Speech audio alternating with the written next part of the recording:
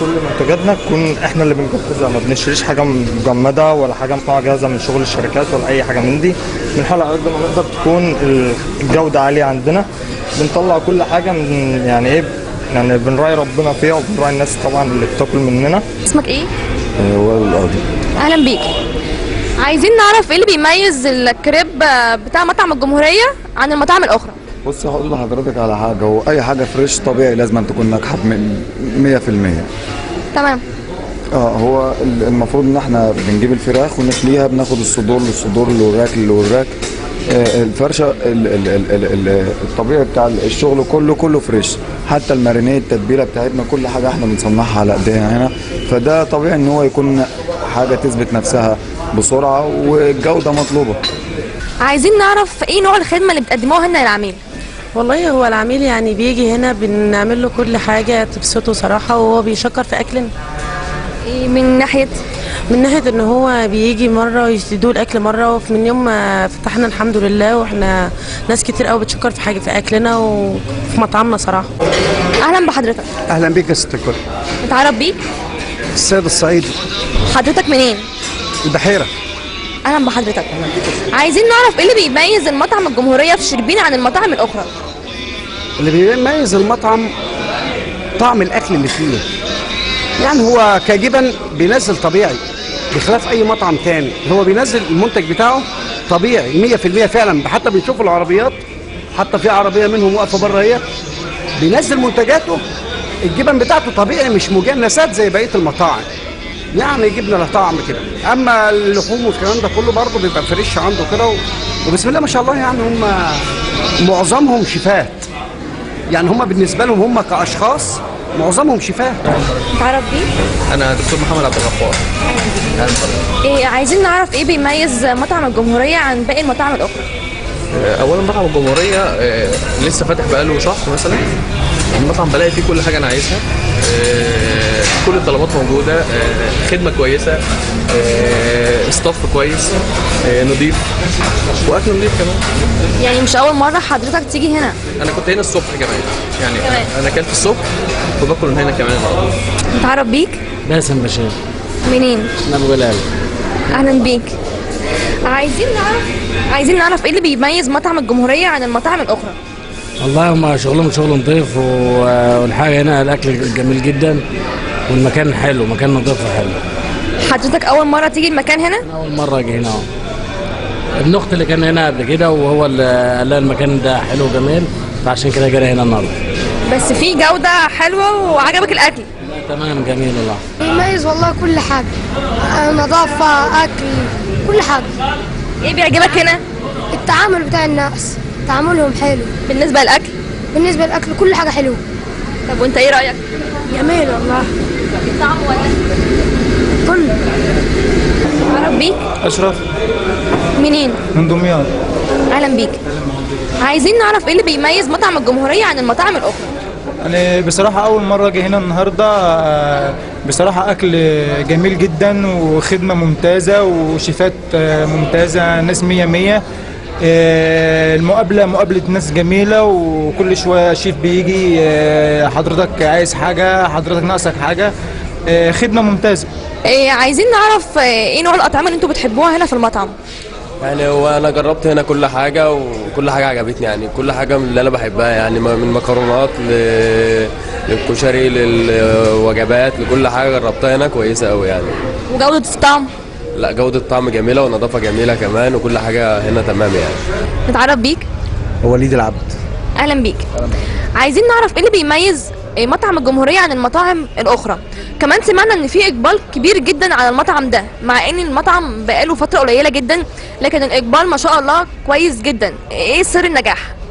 والله هو الحمد لله احنا اداره مميزه جدا، ومعانا ستاف جايبينه بخبرات مختلفه، وبنقدم منتجات عاليه الجوده، ولينا شغل خاص بينا احنا تحديدا. ما بنشتغلش شغل جاهز، احنا بنجيب الشغل بتاعنا فريش، وبنجيب اللحوم بتاعتنا بلدي كلها، وعندنا ناس متميزه جدا في انتاج المنتج اللي يرضي الزبون كويس. مفيش اي حاجه من بره، كل حاجه من جوده وسرعه المحل. مظبوط، احنا الشغل بيجي لنا فريش، احنا بنجيب الشغل بتاعنا فريش، وكمان احنا يعني بنخطط ان احنا نعمل مزارع خاصه بينا احنا تنتج لنا الشغل بتاعنا واحنا اللي بنجيبه وبنجهزه لحد ما يوصل لحد الزبون يعني. طب وليه منطقة شربين؟ والله هو سوق شربين سوق كويس بالنسبه لمجال الاكل، وكمان احنا داخلين بشغل مختلف شويه عن المطاعم اللي موجوده، فعشان كده الحمد لله متميزين يعني. ايه وجه التميز في المكان؟ احنا بنقدم وجبات لجميع فئات الشعب، يعني بيبدأ من الشغل الشعبي الفول والطعمية لحد المشويات، بيتزات، فطاير، كريب، سندوتشات، لوكس، وكل الكلام ده، يعني شغل خاص بينا احنا يعني. نتعرف بيك؟ الحاج محمد رضوان صاحب المطعم. اهلا بحضرتك. يا مرحبا، اهلا بيك. عايزين نعرف ايه التميز اللي كان في المطعم، او ايه الاقبال الشديد ان الزباين تيجي دايما، وعايزين برضو نعرف في فكر جديد للمطعم. والله بالنسبة بداية كده إنشاء المطعم، احنا خدنا جولة على المطاعم يمكن في محافظة الدقهلية كاملة، فخلصنا النتيجة إن للمواطن حق أو للعميل حق إنه يقعد في مكان نظيف ويأكل أكل نظيف، ومن هنا كانت بداية فكرة إنشاء المطعم يعني. طبعا حرصا مننا على تقديم وجبات صحية كاملة متكاملة، وجبات فريش. بدأنا ندرس الموضوع وقررنا ان احنا نبدأ بافتتاح سلسلة مطاعم الجمهورية، وان شاء الله تمتد حول الجمهورية في جميع محافظات الجمهورية ان شاء الله.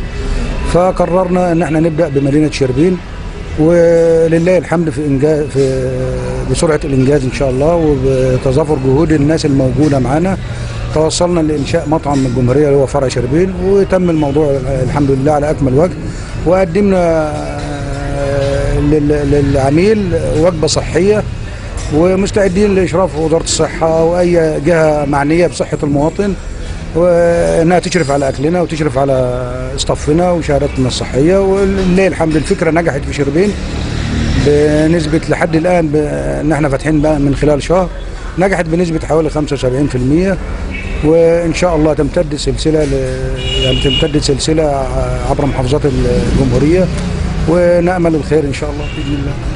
طب والفروع الأخرى أكيد في برضو فروع أخرى للمحل؟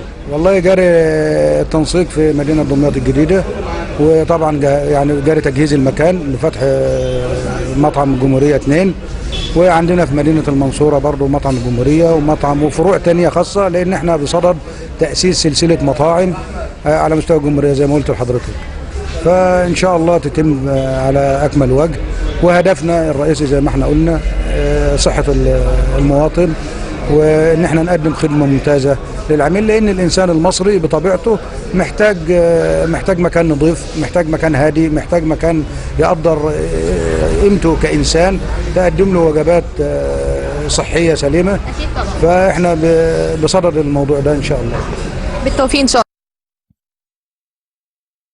الله. مطعم الجمهورية، خدمة متميزة، وصلات فخمة ومجهزة، وفريق عمل متكامل. هتستمتع بأحلى أكل. ساندويتش تشيكن برجر، ساندويتش كوردن بلو، ساندويتش تشيكن بيرتو، الجمهورية ستار بيتزا، مكرونة سي فود وايت صوص، مكرونة كاربونارا، مكرونة الفريدو، جميع الوجبات ميكس جريل، وان بيرسوس، كنتاكي، فلادلفيا. شعارنا الطعم والجودة. مطعم الجمهورية، مطعم العائلة المصرية. العنوان: شربين بجوار مستشفى المنال،